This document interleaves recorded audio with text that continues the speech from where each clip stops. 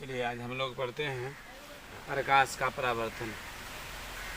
प्रकाश के परावर्तन में सबसे पहले पढ़ते हैं लाइट के बारे और उसके बाद पढ़ेंगे परावर्तन। परावर्तन का मतलब होता है टकरा कर लौटना, टकरा कर लौटना। तो हम लोग देखते हैं लाइट के बारे। लाइट के बारे लाइट क्या होती है कि लाइट एक ऊर्जा का रूप होता है, एनर्जी का रूप होता है। लाइट अदृश्य होती है जिसको हम लोग देख नहीं सकते हैं, लेकिन वह स्वयं दूसरे वस्तु पर जब पड़ती है तो वस्तु दिखाई देती है लेकिन लाइट दिखाई नहीं देती है। और लाइट में दो एक प्रकृति होती है, डबल गुण होता है उसमें, मतलब कण का भी गुण होता है और तरंग का भी गुण होता है। तो लाइट देख रहे हैं, लाइट अदृश्य होती है, लाइट अदृश्य होती है। लाइट एक ऊर्जा का रूप है। लाइट में दो एक प्रकृति होती है, एक होता है कण का सिद्धांत, एक होता है तरंग। तो कण जो होता है कण का सिद्धांत मतलब प्रकाश छोटे छोटे कणों से मिलकर बना होता है जिसे हम लोग फोटोन कहते हैं। और यह बात आइंस्टीन ने बताया, आइंस्टीन। और प्रकाश होती है वह तरंग सिद्धांत में काम करती है, तरंग होती है, यह बात हाइगेंस ने बताया। और एक बात और समझना होगा कि प्रकाश जो है यह विद्युत, चुंबकीय, अनुप्रस्थ तरंग है, अनुप्रस्थ तरंग है। प्रकाश जो विद्युत, चुंबकीय, अनुप्रस्थ तरंग है। और प्रकाश को शून्य में जो होती है, शून्य या मुक्त, शून्य या मुक्त या शून्य मुक्त या निर्वात, शून्य या मुक्त निर्वात में प्रकाश की चाल होती है 3 × 10⁸ मीटर प्रति सेकेंड। अगर किलोमीटर में लिखेंगे तो 3 लाख किलोमीटर प्रति सेकेंड होती है। तो मुक्त में या निर्वात में प्रकाश की चाल 3 लाख किलोमीटर प्रति सेकेंड होती है। उसके बाद वाटर यानी पानी में प्रकाश की चाल 2.25 × 10⁸ मीटर प्रति सेकेंड। अगर किलोमीटर में बोलेंगे तो 2,25,000 किलोमीटर हजार प्रति सेकेंड होती है। फिर कांच होती है, कांच में 2 × 10⁸, यानी कांच में जो प्रकाश की चाल होती है यह मीटर में दिया हुआ, और किलोमीटर में बोलेंगे तो कांच में प्रकाश की चाल 2 लाख किलोमीटर प्रति सेकेंड होती है। हम लोग देखें कि ऊर्जा जो लाइट जो होती है, लाइट अदृश्य होता है, यह दिखाई नहीं देता है, लेकिन जब किसी वस्तु पर पड़ती है तो लाइट दिखाई देती है। दूसरी होती है लाइट ऊर्जा का रूप है।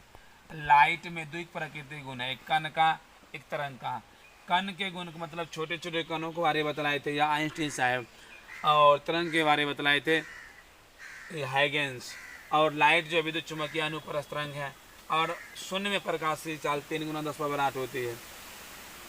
अब हम लोग समझते हैं कि प्रकाश दीप्त पिंड किसे कहते हैं और अदीप्त पिंड किसे कहते हैं। प्रकाश स्रोत क्या है? प्रकाश स्रोत जिससे प्रकाश निकलता है उसे कहते हैं प्रकाश स्रोत। जैसे मोमबत्ती, लालटेन, सूर्य। और यह प्रकाश स्रोत दो प्रकार की होती है, कृत्रिम और प्राकृतिक। प्राकृतिक सूर्य हो गया, तारा हो गया, यह सब प्राकृतिक हुई। प्राकृतिक और मानव निर्मित, प्राकृतिक और मानव निर्मित।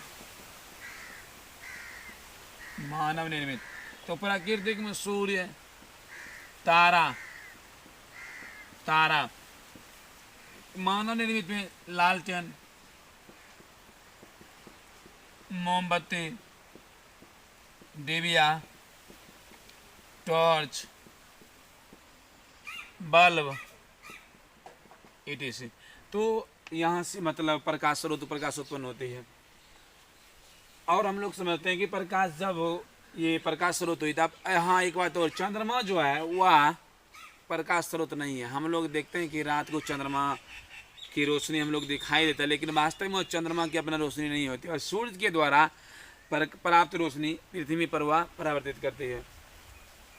अब हम लोग समझते हैं यहाँ तो दीप्त पिंड, जिससे प्रकाश निकलेगा उसे कहेंगे दीप्त पिंड, और जिससे प्रकाश नहीं निकलता है उसे कहते हैं अदीप्त पिंड। दीप्त पिंड जैसे सूर्य, तारा, लालटेन, मोमबत्ती, डिबिया, टॉर्च, बल्ब, भगजोगनी, यह सब हुआ दीप्त पिंड। अदीप्त पिंड, अदीप्त पिंड उसे कहते हैं जिसमें प्रकाश नहीं निकलता, जैसे कि ये दीवार, ये बोर्ड, ये और उसका चंद्रमा, चंद्रमा भी अदीप्त पिंड है, उससे प्रकाश नहीं निकलता है। अब हम लोग समझेंगे, जब दीप्त पिंड और अदीप्त पिंड समझ लिए तो हम लोग समझते हैं कि प्रकाश चलती कैसे है। तो प्रकाश चलती है सीधी रेखा में, प्रकाश चलती है सीधी रेखा में, और जब प्रकाश सीधी रेखा में चलती है उससे हम लोग किरण कहते हैं, किरण यानी रे कहते हैं। जब प्रकाश सीधी रेखा में चलती है उसे किरण कहते हैं, और जब प्रकाश सीधी रेखा में चलने के बाद या समूह में चलती है तो इसको हम लोग कहते हैं किरण पुंज, किरण पुंज। किरणों के समूह को, किरणों के समूह को हम लोग किरण पुंज कहते हैं, किरणों के समूह को किरण पुंज कहते हैं। किरण पुंज 3 प्रकार की होती है, किरण पुंज होती है वह 3 प्रकार की होती है। किरण पुंज, किरण पुंज 3 प्रकार की होती है। चलिए आगे हम लोग देखते हैं कैसे किरण पुंज 3 प्रकार की होती है। चलते हैं हम लोग अब किरण पुंज के बारे में समझते हैं। किरण, सबसे पहले हम लोग देखते हैं कि प्रकाश सीधी रेखा में चलती है, तो प्रकाश जब सीधी रेखा में चलती है तो हमें इसे कहते हैं किरण, और किरण को कहते हैं रे। अब किरणों के समूह, जैसे अगर एक रेखा चल रही है एक रेखा में तो वह कहलाएगी सीधी रेखा में किरण, लेकिन जब यह कई रेखा होगी तो यह कहलाएगी किरण पुंज, किरण पुंज। तो किरणों के समूह को किरण पुंज कहते हैं, किरणों के समूह को किरण पुंज कहते हैं। अब हम लोग समझे किरण पुंज कितने प्रकार के होते हैं, या 3 प्रकार के होते हैं। अभिसारे, अपसारे, समानांतर। तो अभिसारी एक बिंदु पर अगर आकर मिलती है, बहुत सारे किरणें अगर एक बिंदु पर आकर मिलती है तो अभिसारी अर्थात आने वाली, यानी एक बिंदु पर जो आकर मिलती है। देखिए हम लोग देखते हैं यहाँ पर ये सही बहुत सारे किरण है, ये तीर्घ निशान आप लोग देख रहे हैं क्या, तीर्घ निशान, यह एक बिंदु पर आकर मिलती है, यह एक बिंदु पर आकर मिलती है। तो एक बिंदु पर अगर आकर मिलती है तो अभिसारी कहलाती है। और अपसारी किरण पुंज किसे कहते हैं, एक बिंदु से निकल कर चारों ओर फैल जाती है तो यह किरण पुंज अभिसारी कहलाती है, सॉरी अपसारी कहलाती है। अगर यह एक बिंदु से निकलकर चारों ओर फैल जाती है तो वह अपसारी कहलाती है। अगर एक दूसरे को समानांतर होती है, एक दूसरे को समानांतर, तो वह समानांतर किरण पुंज कहलाती है। तो हम लोग यहाँ देख रहे हैं यह एक किरण हुआ और यह एक किरण हुआ, यह दोनों देख रहे हैं जितना नज़दीक जा रही है दोनों के बीच दूरी घटती जा रही है, दूरी घटती जा रही है। तो दो किरणों के बीच यानी किस किरण पुंज में, किस किरण पुंज में दूरी घटते जाती है दो किरणों के बीच, तो अभिसारी में। किस किरण पुंज में दूरी बढ़ती जाती है, तो अपसारी में। इसमें ना तो दूरी घटती है दोनों के बीच, ना बढ़ती है, समानांतर में। और इसके अलावा देखते हैं कि ब्रह्मांड में जितने आकाशीय पिंड हैं, सभी आकाशीय पिंड से आती हुई प्रकाश की किरणें, आती हुई प्रकाश की किरणें वह समानांतर किरण पुंज होती है, आती हुई प्रकाश की किरणें वह समानांतर किरण पुंज होती है। तो हम लोग देख लिए कि प्रकाश अभिसारी अपसारी। तो अब देखते हैं पारदर्शी पदार्थ, पारदर्शी अपारदर्शी और पारभासी। पारदर्शी पदार्थ उसे कहते हैं जिनसे प्रकाश आसानी से पार कर जाती है, उसे कहते हैं पारदर्शी पदार्थ। जिनसे प्रकाश आसानी से पार कर जाती है उसे पारदर्शी कहते हैं। जिनसे प्रकाश आसानी से पार नहीं करती है, मतलब पार नहीं है, जैसे दीवार हो गया तो हम लोग उस पार नहीं देख पाएंगे, ये व्हाइट बोर्ड हो गया, इसको उस पार नहीं देख पाएंगे, यह कहलाएगा अपारदर्शी। लेकिन कुछ पदार्थ ऐसे होता है जो आंशिक रूप से दिखाई देता है, जिसे हम लोग पारभासी कहते हैं, पारभासी।